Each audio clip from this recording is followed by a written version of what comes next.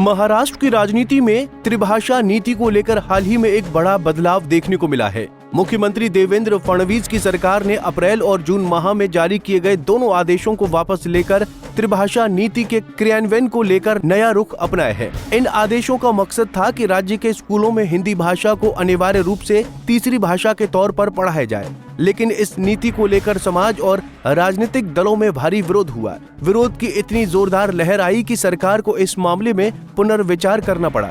सरकार ने इस विवाद को शांत करने के लिए एक समिति गठित करने का निर्णय लिया है, जिसकी अध्यक्षता शिक्षाविद और पूर्व राज्यसभा सदस्य डॉक्टर नरेंद्र जाधव को सौंपी गई है। मुख्यमंत्री फडणवीस ने स्पष्ट किया कि राज्य मंत्रिमंडल ने पहले जारी दोनों सरकारी आदेशों को वापस लेने का निर्णय लिया है और अब इस नीति के लागू करने संबंधी सिफारिशों के लिए डॉक्टर जाधव की अध्यक्षता में समिति काम करेगी। इस समिति का काम होगा कि वो सभी पहलुओं पर विचार कर इस नीति को किस तरह लागू किया जाए जिससे समाज के विभिन्न वर्गों को संतुष्टि मिल सके।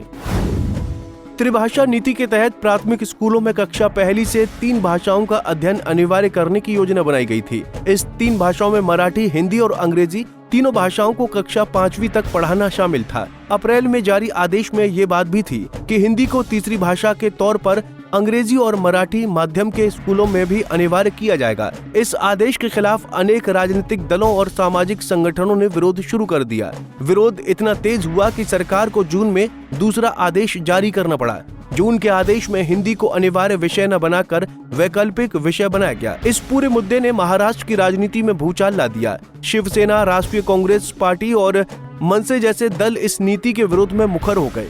खासकर उद्धव ठाकरे, राज ठाकरे और शरद पवार ने हिंदी को थोपे जाने के खिलाफ मोर्चा खोल दिया।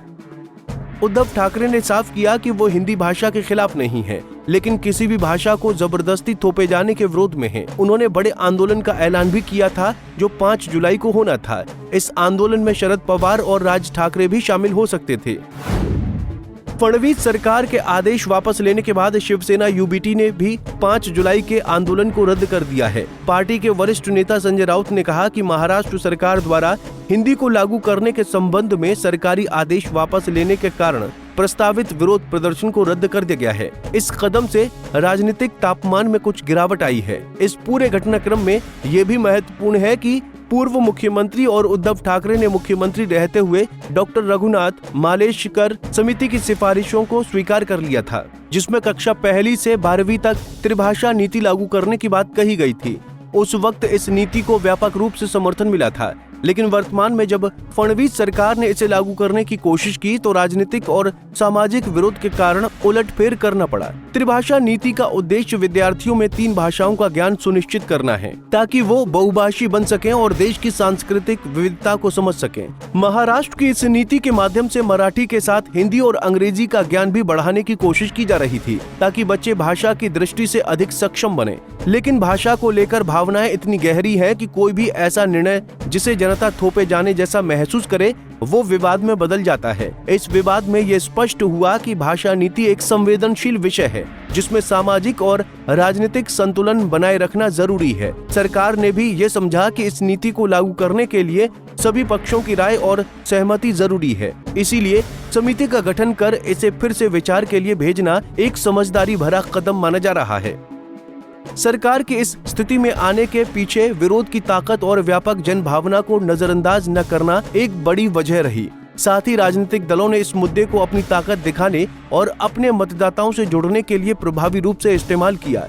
इस पूरी प्रक्रिया ने एक बार फिर दिखा दिया कि भाषा और शिक्षा नीतियां सिर्फ प्रशासनिक निर्णय नहीं होती, बल्कि उनमें समाज के हर वर्ग की भावनाएं और राजनीतिक इच्छाएं जुड़ी होती हैं। आगे ये देखना होगा कि डॉक्टर नरेंद्र जाधव की अध्यक्षता वाली समिति क्या सिफारिशें करती है और सरकार उन पर क्या फैसला लेती है। इससे महाराष्ट्र में त्रिभाषा नीति का भविष्य तय होगा। साथ ही ये भी साफ होगा कि भाषा को लेकर सामाजिक सद्भाव और राजनीतिक स्थिरता कैसे बनाई रखी जाए। फिलहाल ये कदम महाराष्ट्र की राजनीति में एक नई दिशा की शुरुआत माना जा रहा है। महाराष्ट्र सरकार का ये फैसला ये भी दर्शाता है कि किसी भी नीति को लागू करने से पहले व्यापक संवाद और जन भावनाओं का सम्मान आवश्यक होता है। त्रिभाषा नीति पर उठे इस विवाद ने पूरे देश को ये सोचने पर मजबूर कर दिया है कि भाषा विकास के साथ साथ सामाजिक समरसता और समानता का भी विषय है, जिसे संवेदनशीलता से संभालना चाहिए। Bureau report, Punjab Kesari TV.